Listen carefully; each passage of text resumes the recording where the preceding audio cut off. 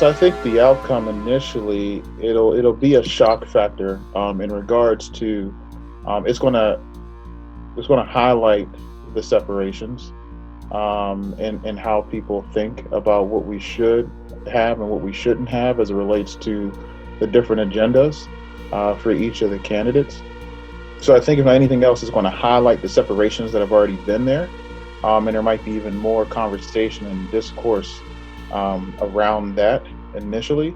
But I think for those who've already had a mindset that they were either going to vote one way or the other prior to, there was nothing that occurred throughout either one of their campaigns that I don't believe many people were switched or flipped from one side to the other. I think the outcome of the election will validate the feelings of some voters. However, when you look at the structure and how America is designed, um, the impact won't be as significant as many people feel it will be. How to put it like this. I don't know how the outcome of the election is today. Now, the media has called it for Joe Biden. But as you're well aware, there's some legal activity that's probably going to have to go on because there could have been, how I was concerned, it looks like there's some irregularities to the situation. This is as of Sunday, November 8th. Now, if Biden gets elected, though, I actually think the country will be affected negatively.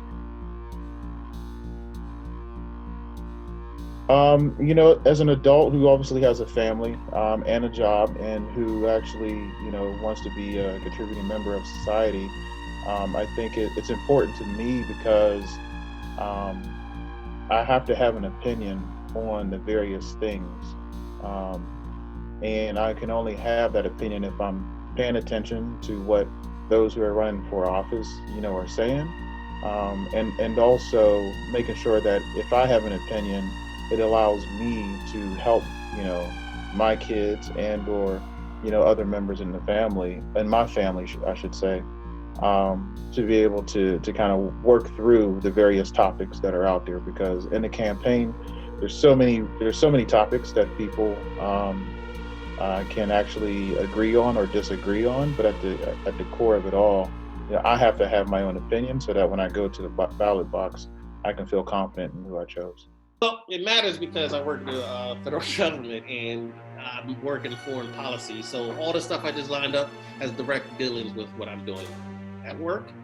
And given that scenario, all of that affects me. So me focusing on the foreign policy is stressful to see that we may have way more problems going on that we don't need to have. Which, yeah, when Trump got elected, he wasn't, it was like this. In 2016, we settled for Trump, right? Well, I, as a conservative, settled for Trump. I prefer somebody else. He won the nomination, and I worked in the Department of State. I knew Hillary. I was not going to vote for that crazy person, So, given the fact that I knew Hillary, Trump won the Republican nomination. I was like, oh, I don't know how he's going to handle foreign policy. But looking at the past 4 years, his record was actually pretty decent. So I was just like, well, given that scenario, I'm comfortable with that. So currently the country is going to be divided. The country's been divided for a long time. I think the fissures that you see today started in, what didn't start, but had widened because of Obama and then started widening more under Trump. I would say the past 4 years, the media was literally attacking Trump.